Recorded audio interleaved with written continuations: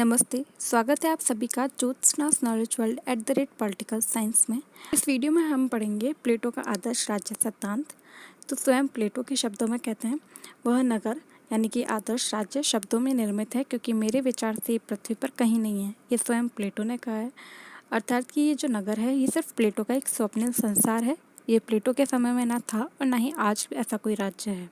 ये सिर्फ प्लेटो की एक कल्पना है। रिपब्लिक में प्लेटो के समस्त चिंतन का केंद्रीय विषय आदर्श राज्य है। प्लेटो अपने आदर्श राज्य के भव्य भवन के निर्माण में न्याय सिद्धांत को आधारशिला तथा शिक्षा योजना तथा साम्यवाद को आधार स्तंभ के रूप में प्रयोग करता है।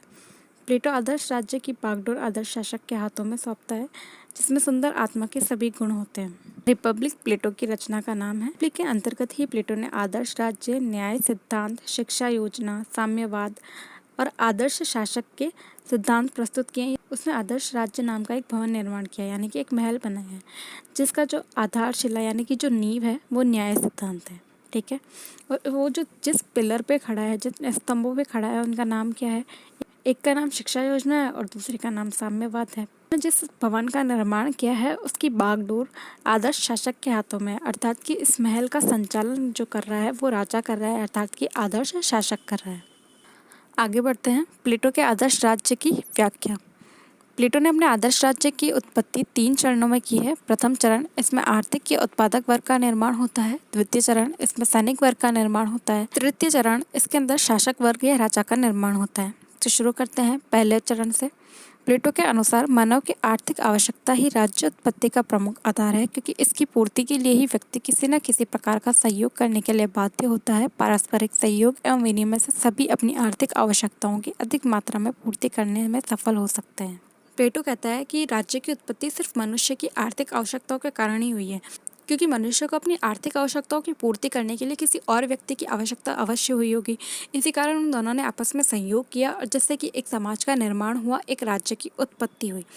किसी भी राज्य समाज के आर्थिक हितों की समुचित रूप से रक्षा तभी हो सकती है जब व्यक्ति अपने द्वारा तैयार की गई वस्तु समष्टि को प्रदान करे तथा अपनी अन्य आवश्यकताओं को समष्टि से प्राप्त करे। आर्थिक जीवन की वस्तुओं का इस प्रकार का आदान प्रदान श्रम विभाजन या कार्य विशिष्टीकरण को जन्म देता है। प्लेटो कहता है कि किसी भी व्यक्ति या समाज के आर्थिक हितों की रक्षा तभी हो सकती है, अर्थात कि उसके आर्थिक हितों की पूर्ति तभी हो सकती है जबकि जो व्यक्ति अपने द्वारा जो उत्पादित की गई वस्तुएं उसे समष्टि को यानी कि संपूर्ण राज्य को प्रदान करे, सभी व्यक्तियों को प्रदान करे और सभी व्यक्तियों द्वारा जो उत्पादित वस्तुएं हैं यानी समष्टि द्वारा जो उत्पादित वस्तुएं हैं वो व्यक्ति को प्रदान की जाए। ये जो वस्तुओं का आदान प्रदान है वो श्रम विभाजन को जन्म देता है, जैसे कि प्लेटो कार्य विशिष्टीकरण भी कहता है। प्लेटो के शब्दों में मानव की आर्थिक आवश्यकताएं राज्य की एकता के सूत्र में बांधने वाला प्रारंभिक तंतु है। राज्य की उत्पत्ति के प्रथम चरण में राज्य के उत्पादक वर्ग का विकास होता है, जिसका प्रमुख गुण संपत्ति, प्रेम और तृष्णा है। यानी कि इस प्रकार प्लेटो जो है अपने प्रथम चरण में यानी कि उत्पादन करने वाले वर्ग यानी कि उत्पादक वर्ग का निर्माण करता है, जिसका प्रमुख गुण संपत्ति से प्रेम करना है और तृष्णा यानी कि इच्छाएं हैं। नेक्स्ट है दूसरा चरण। राज्य की उत्पत्ति के दूसरे चरण में प्लेटो उस वर्ग का निर्माण करता है जो साहस और उत्साह का प्रतीक है। इस वर्ग का प्रमुख गुण उत्साह होता है। प्लेटो के अनुसार मनुष्य सिर्फ आर्थिक आवश्यकताओं की पूर्ति करने मात्र से संतुष्ट नहीं हो पाता, उसे विभिन्न वस्तुओं की आवश्यकता होती है, जिसे प्राप्त करने के लिए अधिसंख्यक लोगों का होना आवश्यक है और अधिसंख्यक लोगों के निवास करने और भरण पोषण के लिए विशाल भू क्षेत्र की आवश्यकता होती है, जिसे सैनिक वर्ग ही पूरा कर सकता है। इस प्रकार दूसरे चरण में सैनिक वर्ग का उद्भव होता है, जो मानव आत्मा के साहस का प्रतीक होता है, जिसका प्रमुख कार्य बाहरी आक्रमण से राज्य की रक्षा करना तथा आंतरिक शांति सुरक्षा कायम रखने में सहयोग देना है। आदर्श राज्य में सैनिक वर्ग का कार्य रक्षात्मक है, आक्रामक नहीं। नेक्स्ट है तीसरा चरण। सैनिक वर्ग से ही प्लेटो राज्य के विवेक तत्व का प्रतिनिधित्व करने वाले सर्वोच्च वर्ग का निर्माण करता है। प्लेटो के अनुसार ऐसे व्यक्ति जो विवेक का प्रतिनिधित्व करते हैं उनमें साहस, उत्साह व विवेक तीनों गुण होते हैं, परंतु उत्साह व साहस की अपेक्षा विवेक तत्व का बाहुल्य होता है। ऐसे लोगों को प्लेटो ने राज्य का दार्शनिक शासक माना है। सैनिक वर्ग में से ही कुछ ऐसे लोग होते हैं जिनमें उत्साह और साहस के साथ साथ विवेक यानी कि बुद्धि भी होती है। जिनमें इस बुद्धि के तत्व का बाहुल्य होता है यानी जिन व्यक्तियों में विवेक अधिक होता है उन्हीं व्यक्तियों को वो राजा बनाने के समर्थन में है और इस प्रकार तीसरे चरण में राजा का निर्माण करता है।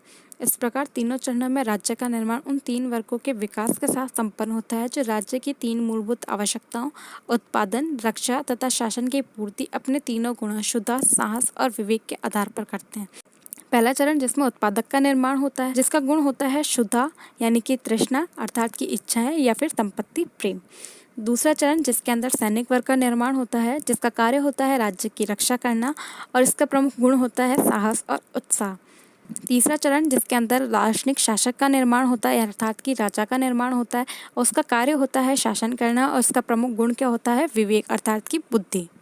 आदर्श राज्य के निर्माण में सहयोगी अन्य तत्व या फिर आदर्श राज्य की विशेषताएं। पहला है व्यक्ति व राज्य का संबंध। प्लेटो के अनुसार राज्य तथा व्यक्ति दो पर्यायवाची शब्द है। राज्य व्यक्ति के विराट रूप की अभिव्यक्ति है। तो प्लेटो ने स्वीकार किया है कि व्यक्ति और राज्य के न तो उद्देश्यों में ही अंतर है और न ही उनके हितों में ही किसी प्रकार का विरोधाभास है। इस प्रकार प्लेटो ने व्यक्ति और राज्य को एक ही बताया है और राज्य के हित में ही व्यक्ति के हित को निहित बताया है। स्वयं प्लेटो के शब्दों में राज्य वृक्षों या चट्टानों से पैदा नहीं होते, किंतु उन व्यक्तियों के चरित्र से निर्मित होते हैं जो उनमें रहते हैं। दूसरा पॉइंट है आदर्श राज्य के निर्माणक तीन वर्ग। प्लेटो के आदर्श राज्य के निर्माण करने वाले तीन वर्ग हैं, उत्पादक वर्ग, सैनिक वर्ग और दार्शनिक वर्ग। क्रमशः राज्य की आत्मा के तीनों गुणों शुद्धा, उत्साह तथा विवेक का प्रतिनिधित्व करते हैं। प्लेटो का मानना था कि आदर्श राज्य में राज्य के इन तीनों वर्गों को अपने गुणों के अनुरूप ही कार्यों का संचालन करना चाहिए। प्लेटो ये मानता था कि इन तीनों वर्गों को सिर्फ अपना अपना काम करना चाहिए जो कि इनको बताया गया है। उत्पादक वर्ग उत्पादन का कार्य करे, सैनिक वर्ग रक्षा का कार्य करे तथा दार्शनिक वर्ग शासन का कार्य करे। तीसरा पॉइंट है आदर्श राज्य की आधारशिला न्याय। प्लेटो के अनुसार आदर्श राज्य की आधारशिला न्याय सिद्धांत पर टिकी हुई है। प्लेटो के अनुसार तीनों वर्गों को अपना अपना कार्य करना और दूसरों के कार्य में हस्तक्षेप न करना ही न्याय का गुण है। प्लेटो की दृष्टि में वह राज्य न्याय पर आधारित है जिसमें नागरिक अपने अपने निर्धारित क्षेत्रों से अपने जिम्मे के कार्य संपन्न करते हैं। प्लेटो के अनुसार तीनों वर्ग अपने हिस्से का कार्य करें और किसी दूसरे के कार्य में हस्तक्षेप न करें, यही उसका न्याय सिद्धांत है। आदर्श राज्य का आधार स्तंभ शिक्षा। प्लेटो ने शिक्षा योजना का उल्लेख रिपब्लिक में किया है। प्लेटो का दृढ़ विश्वास था कि शिक्षा व्यक्ति को एक विशेष कार्य प्रशिक्षण देकर उसे वही कार्य संपन्न करते रहने की प्रेरणा देगी और राज्य द्वारा नियोजित शिक्षा प्रणाली को अपनाकर एक बहुत बड़ी सीमा तक व्यक्ति के दृष्टिकोण को सही दिशा में बदला जा सकता है। रिपब्लिक प्लेटो की रचना का नाम है और प्लेटो ये मानता था कि शिक्षा से ही राज्य को सही दिशा और गति मिल सकती है। शिक्षा द्वारा ही व्यक्ति को उसके दिए गए कार्य को संपन्न करने का प्रेरणा मिलती है। पांचवा पॉइंट है आदर्श राज्य का आधार स्तंभ साम्यवाद। साम्यवाद आदर्श राज्य का दूसरा स्तंभ है।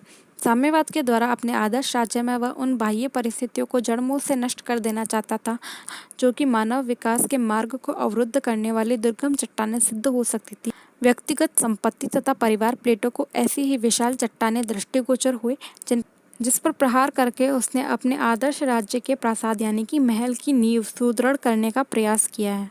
साम्यवाद भी एक सिद्धांत है प्लेटो का जिसमें उसने व्यक्तिगत संपत्ति और परिवार दोनों को ही दार्शनिक वर्ग यानी कि जो सैनिक वर्ग है और जो राजा है इन दोनों के लिए निषेध किया है, अर्थात कि प्रतिबंध लगाया है कि उन्हें व्यक्तिगत संपत्ति और परिवार रखने का कोई अधिकार नहीं है।